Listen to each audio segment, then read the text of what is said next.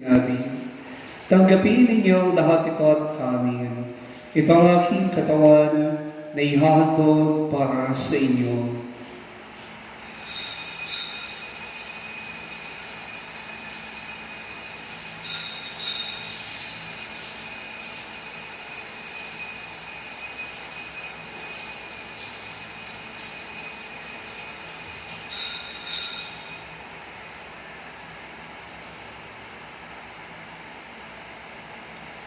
Gayon di naman nang matapos ang hapunan.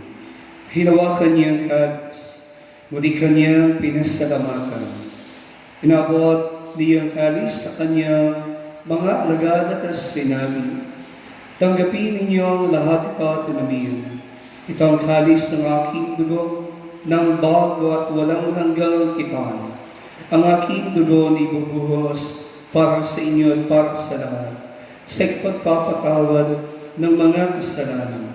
Gawin niyo ito sa pag-alala sa akin.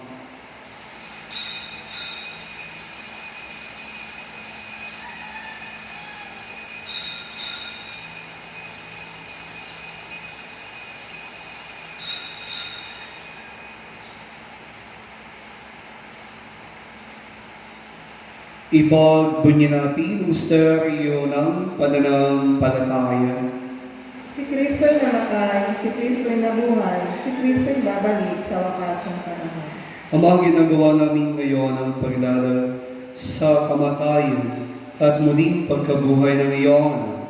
Kaya tiniaalay namin sa iyong tinapay na nagbibigay ng buhay at ang kalis na nagkakaloob ng kaligtasan.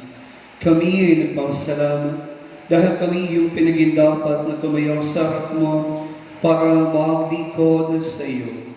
Sinasama namin kaming masalusalo sa katawan at dugo ni Kristo ay mabuklod sa pagkakaisa sa pamamagitan ng Espiritu Santo. Amalingapin mo ang iyong simbahan, laganap sa buong daigdig. Punin mo kami ng iyong pag-ibig.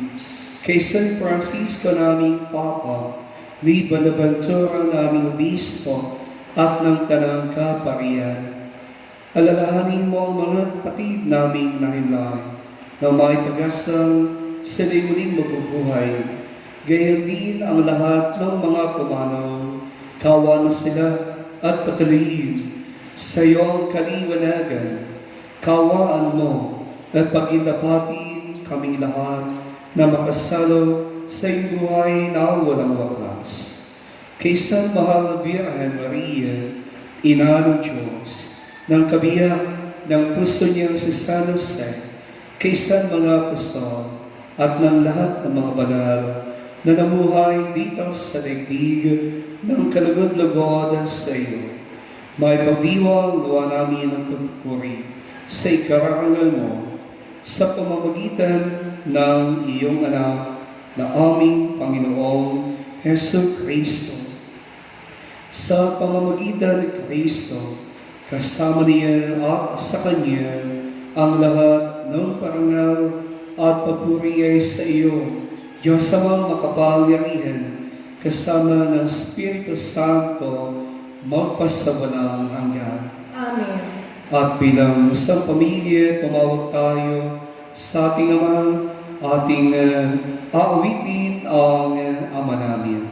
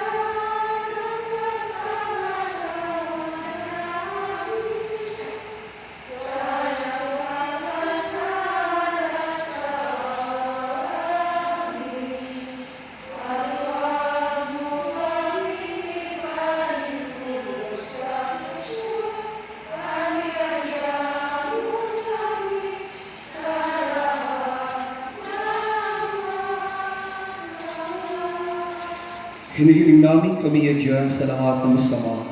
Pagkalooban ng kapayapaan, iligtas sa kasalanan, at aliyo sa lahat ng kapahamakan, samantalang aming pinananabikan ang dakilang pagpapahayag ng tagapagligtas namin sa Kristo. Sapagkat sa iyo ang kaharian, ang kapangyarihan, at ang kapurihan, magpakailanman. Amen. Panginoon, sinabi mo sa iyong mga apostol, kapayapaan ang iiwan ko sa inyo. Ang aking kapayapaan ang ibinibigay ko sa inyo. Tuwayan mo ang aming pananampalataya at huwag ang aming mga pagkakasala. Pagkalooban mo kami ng kapayapaan at pagkaisa ayon sa iyong kalooban kasama ng Espiritu Santo magpasawalang hanggan. Amen. Ang kapayapaan ng Panginoon ay laging sa inyo. At sumayin rin. Magbigayan po kayo ng kapayapaan ng ating Panginoon. Peace be with you.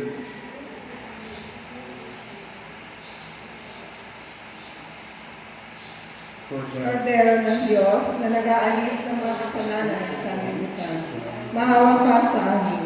Kordero ng Diyos na nag-aalis ng mga kasalanan sa libutan, maawa ka sa amin. Kordero ng Diyos na nag-aalis ng mga kasalanan sa libutan, ipagkaloob mo sa amin ang kapayapaan. Mga kapatid, narito ang ating Panginoon. Siya ang kordero ng Diyos na nag-aalis sa mga kasalanan ng sanlibutan. Mapapalad tayong lahat ngayon na inaanyayang kamanggang sa kanyang banal na piging. Panginoon, hindi ako karapat-dapat na magpatuloy sa iyo, ngunit sa isang salita mo lamang ay gagaling ka. Sa ginawa ko tayong lahat ng po na tugon ng Kristo hanggang sa buhay na walang hanggan. Amen. Amen.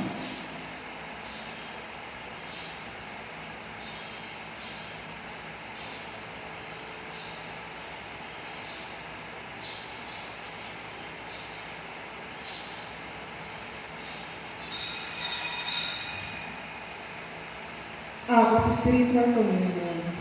My Jesus, I believe that you are present in the most holy sacrament. I love you above all things, and I desire to receive you into my soul. Since I cannot at this moment receive you sacramentally, come at least spiritually into my heart.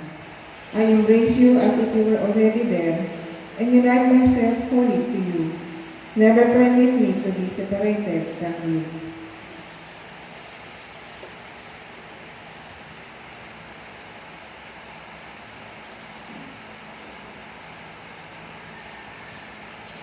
Katawan ni Kristo.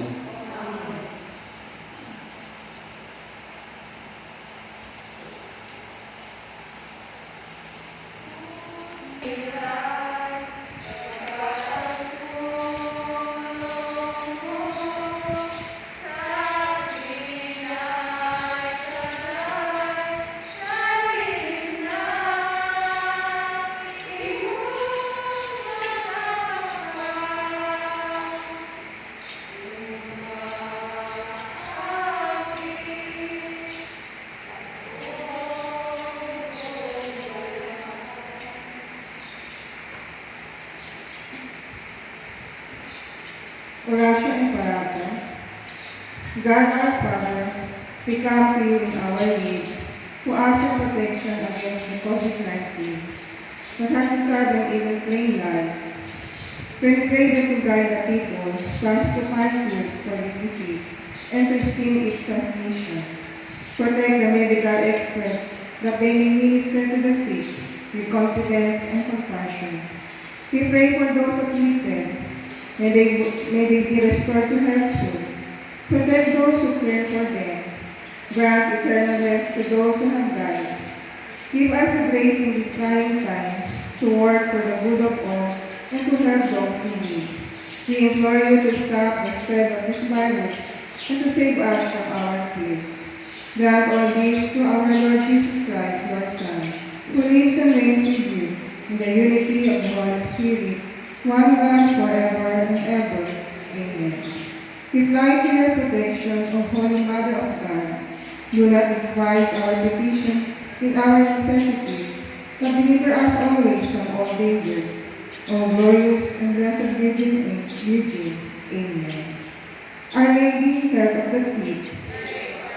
Saint Raphael the Archangel, Saint Rock, Saint Lorenzo Ruiz, Saint Pedro Canuso.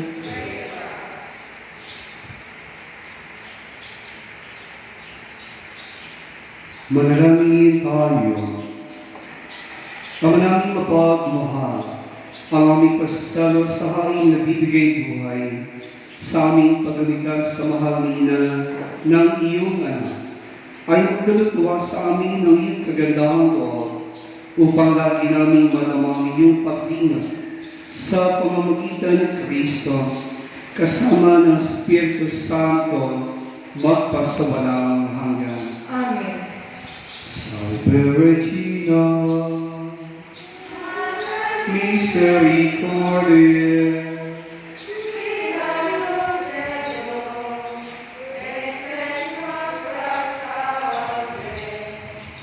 au te clamamus.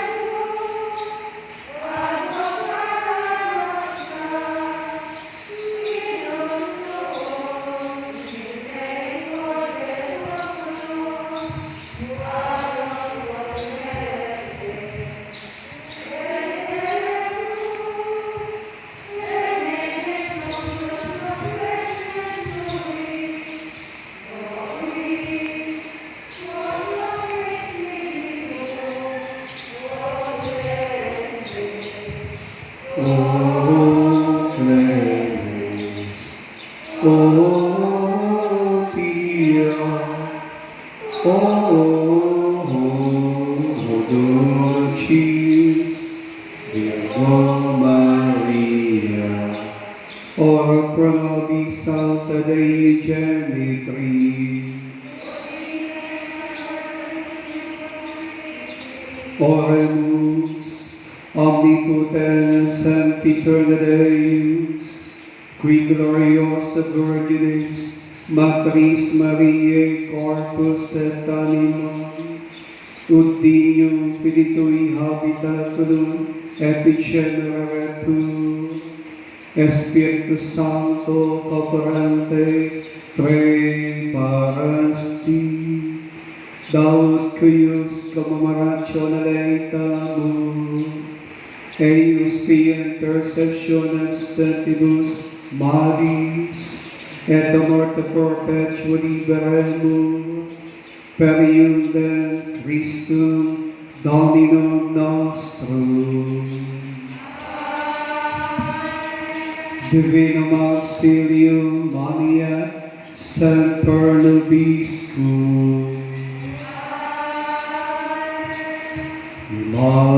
Immaculate Mother, to you do we plead.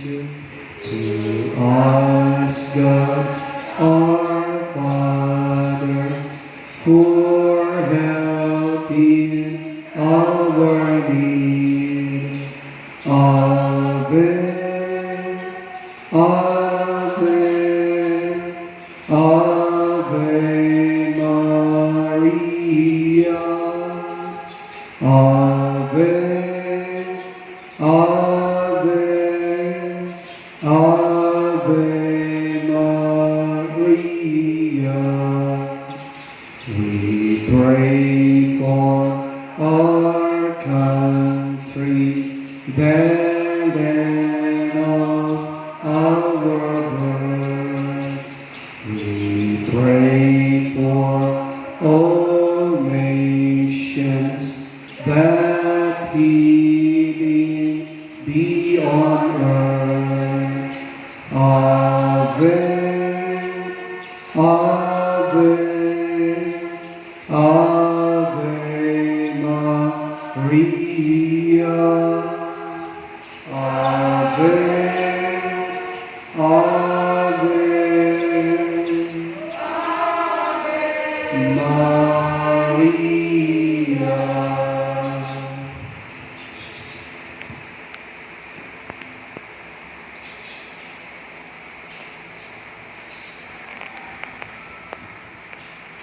Sumayo ang Panginoon. At sumayin. At pagpalay ng aking lahat ng makapangyarihan Diyos, ng Ama at ng Anak at ng Espiritu Santo. Amen. Ang misa na ay alay na humayo kayo ng mapahiyapa. Salamat sa Diyos.